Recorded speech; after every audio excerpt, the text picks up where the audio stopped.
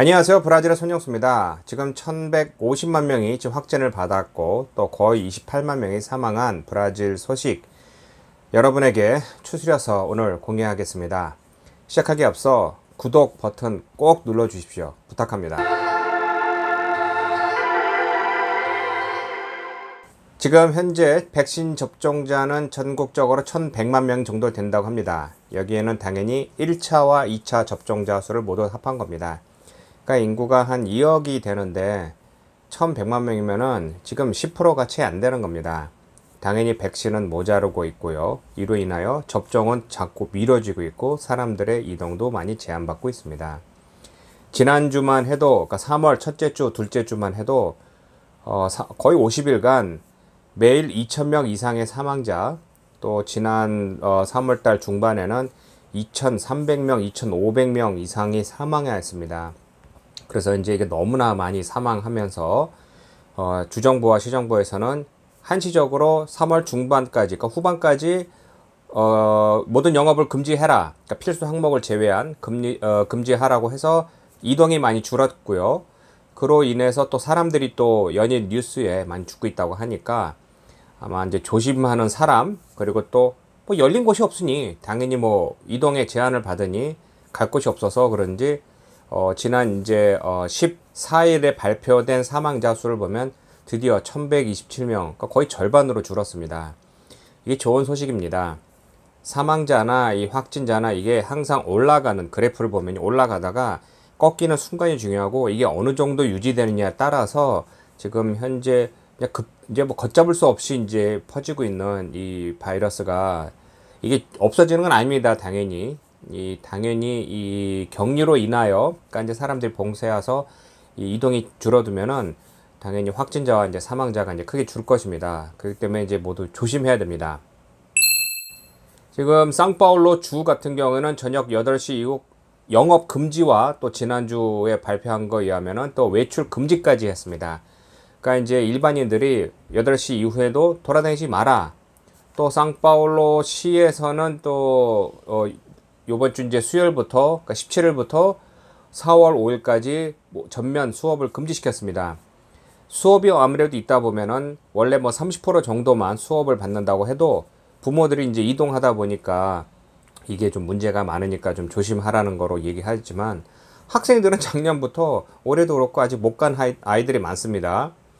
또 외출 금지라고 하였지만 벌금은 없습니다. 개인 벌금이나 뭐 구금은 없을 것이고 집으로 가라고 적용을 할 것인데 또 이게 또 만약에 이제 내가 어떤 물건을 배달하는 중이었다라고 하면 그 음식을 배달하는 사람이다라고 하면은 그런 경우는 이제 문제 없이 그냥 가라고 하니까 우스갯소리로 도시락이라도 들고 다니며 나 이거 배달 중이라고 얘기해야 되는 거 아니냐라고 하는데 왜 이런 이야기가 나오냐면요.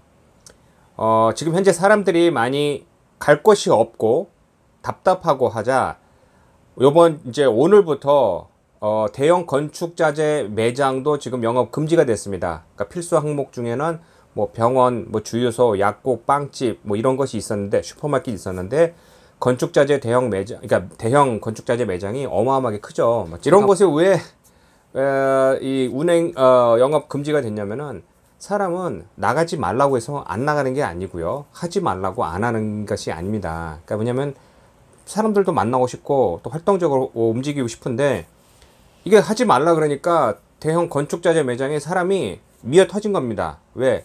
지난주부터는 이제 쇼핑센터가 문을 못 여니까 거의 건축자재 매장도 그냥 쇼핑센터 비슷한 분위기니까 차도 많고 그 안에 보면 뭐 매장도 크고 또 그 안에 커피도 마실 수 있고 하니까 엄청 사람들이 몰리니까 주정부에서 부랴부랴 필수 영업 항목 중에서 이제 건축자재를 매장을 이제 폐쇄시켰습니다. 영업 못하게. 그러니까 이런 거와 같이 외출 금지 시킨다고 사람들이 안 나가고 안 움직이는 것이 아니라는 것입니다. 이것을 주정부나 시정부에서는 이제 뭐 티카타카 뭐 그냥 주거니 받거니 하면서 주정부는 우리는 영업 뭐 풀어줄 거야. 그러니까 학교 수업을 진행을 할 거야.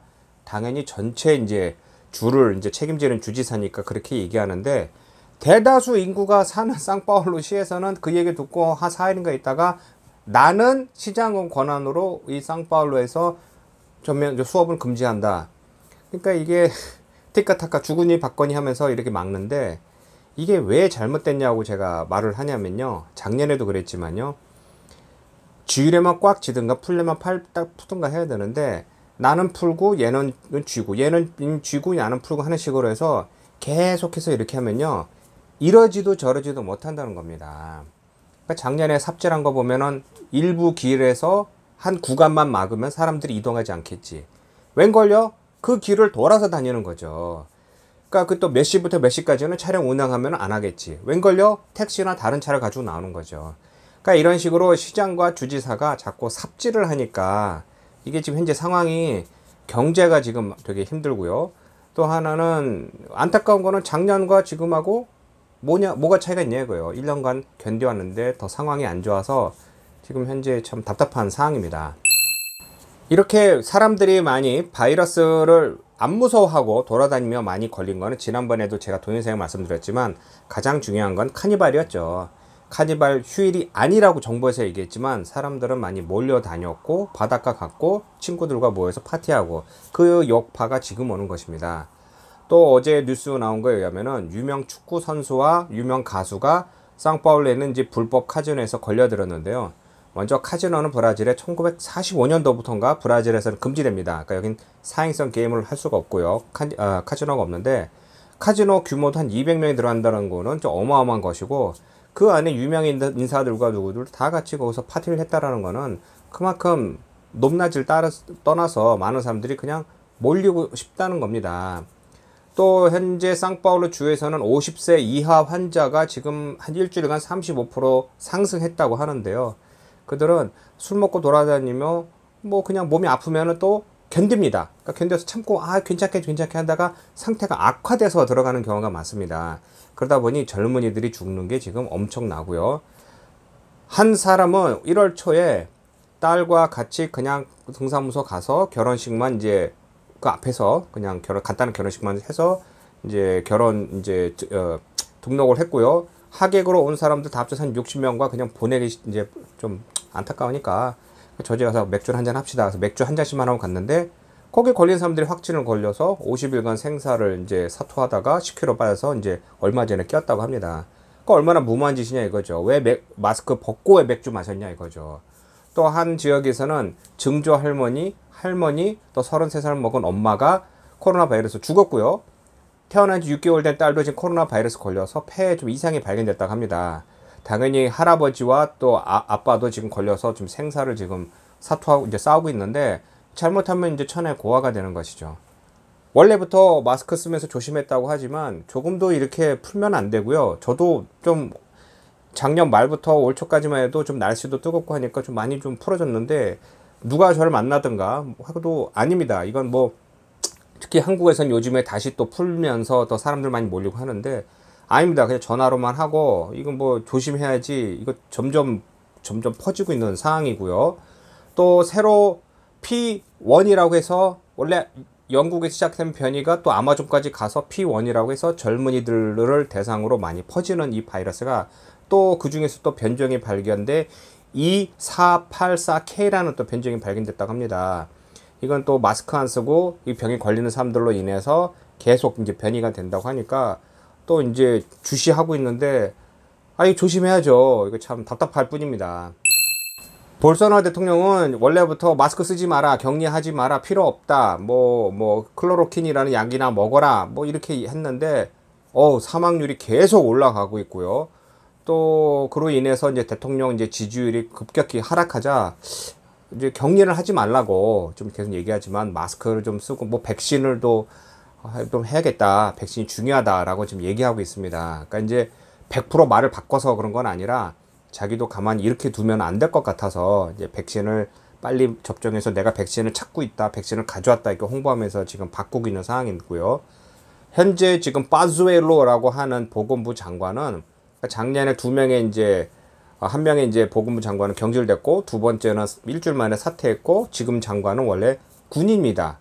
군 의무 그쪽의 장관인데 이분을 임시적으로 이제 보건부 장관 타이틀 주다가 나중에 야 너가 해 그래서 했는데 이 백신을 확보나 이게 접종이 자꾸 늦어지고 욕을 먹자 당연히 타겟으로 이 사람한테 뒤집어 씌우고 내보내고 새로운 장관을 임명하려고 지금 몇 명을 접촉하는데 몇 명은 당연히 난 안 하겠다라고 해서 지금 거부하는 상황인데, 왜 장관자를 거부하냐면은 대통령 생각과 100% 다르기 때문에 그런 겁니다. 클로로킨이라는 약이 효과가 없고 격리를 해야 되고 마스크 써야 되고 백신을 접종해야 되고 하는데, 대통령은 자기와 정책과 생각과 다르니까 이게 장관 후보직들은 안 하는 게 낫지, 괜히 했다가 욕먹는 게 뻔하니까. 그래서 지금 계속 지금 혼란이고요. 전국에서 지난 일요일에는 대통령 지지 시위가 또 열렸습니다. 상파울로도 사람들이 차 끌고 나와서 마스크 안 쓰고 차로 탁 돌아다니면서 빵빵하면서 대통령 지지한다, 이거 격리를 시작한 이 주지사, 이놈 죽일 놈 살릴 놈, 너 때문에 경제가 망가진다 하는데, 왜 답답하냐고 제가 얘기하냐면은 작년하고 똑같아요. 작년에도 격리 시작하고 많이 죽어가고 망가지니까 시위한다. 그럼 조금 이따 뭐 하겠습니까? 주지사 지지한다, 대통령 반대하는 사람들 시비 걸고. 이게 변한 게 없어요. 변한 게 1년간. 그러니까 이게 되게 슬프면서 화도 나고요. 진짜 1년, 진짜 짜증이 난다. 진짜 1년간이 뭐 한 건지 이게 변화가 없어요. 똑같이 지금 돌아가는 겁니다. 무너지고 있는 경제는 누구나 알고 있는 상황입니다. 뭐 브라질뿐만 아니라 다른 나라도 다 그렇고요. 특히 이제 브라질 같은 경우에는 작년에 4% 되는 뭐 공식 인플레이션이 있으면은 뭐 식품 가격은 거기에 3배 정도 되니까 한 15% 정도 이상의 인플레이션이 있다고 하는데, 이건 공식적인 통계고요. 뭐 식자재 50% 100% 오른 거 많습니다. 그러니까 이렇게 어려운 상황에서 무엇을 먹고 살아야 되느냐? 가게들을요, 지금 한인촌도 제가 언제 시간 되면, 이제 지금 격리 중이라 영업 금지라 지금 가게들이 문 닫았는데 그 안에서 일하는 분이 많다는 건 알고 있고요. 언젠가 제가 촬영을 해서 여러분에게 좀 공유하겠지만, 옷가게도 지금 어렵고, 또 그뿐만 아니라 식당도 지금 어려운 게, 작년과 달리 요번에 격리는 배달은 가능하답니다. 그러니까 자체적으로 배달을 하든가 아니면은 이제 배달을 해주는 대행 회사와 계약을 해서 보내는 건데, 그 전에는 그게 아니라 만들어 놓으면은 소비자가 가서 그것을 사서 이제 가져갈 수 있는, 픽업할 수 있었는데 이젠 그걸 금지시켰습니다. 그런데 규모가 어떤지 모르지만 일반적인 조그마한 식당에서 그 배달 시스템 구축하는 게, 내가 사람을 채용하든가 내가 직접 배달하는 게 이게 쉽지가 않은 거고요. 그러니까 한국의 배달통이나 뭐 배달의 민족 같은 뭐 이런 건요, 수수료가 얼마인지 아십니까? 그러니까 이것저것 다 합치면 보통 한 30% 떼갑니다. 보통 음식 하나 팔아서 수익이 30% 남기도 어려운데, 그러니 이거는 울며 겨자 먹기식으로 지금 하는 것이죠.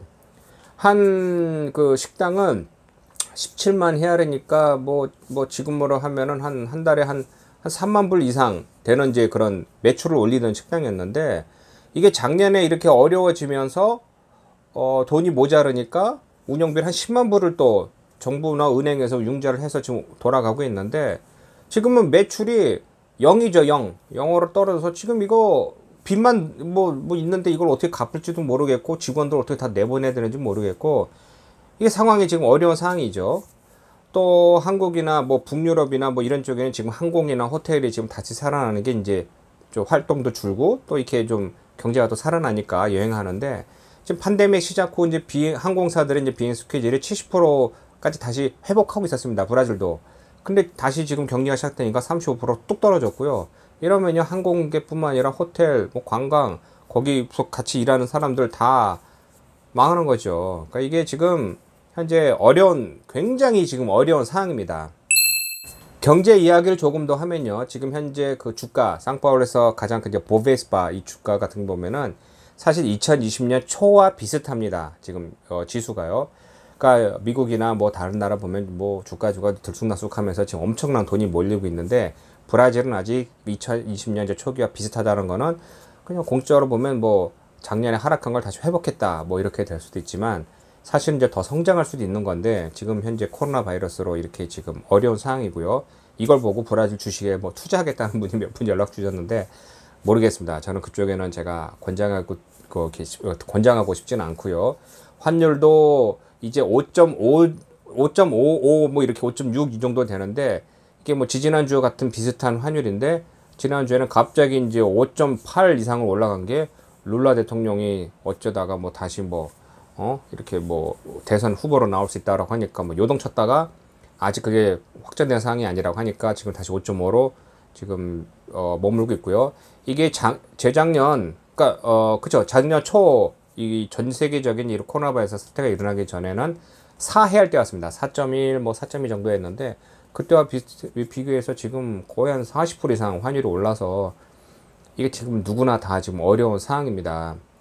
이렇게 어려운 상황에서 월급은요 안 올랐죠. 실질적으로 보니까 주위에 월급을 깎인 사람도 많고 또 월급이 동결된 사람도 많은데, 아니 이 물가는 이렇게 올랐으니 엄청난 이제 피해를 입는 것입니다.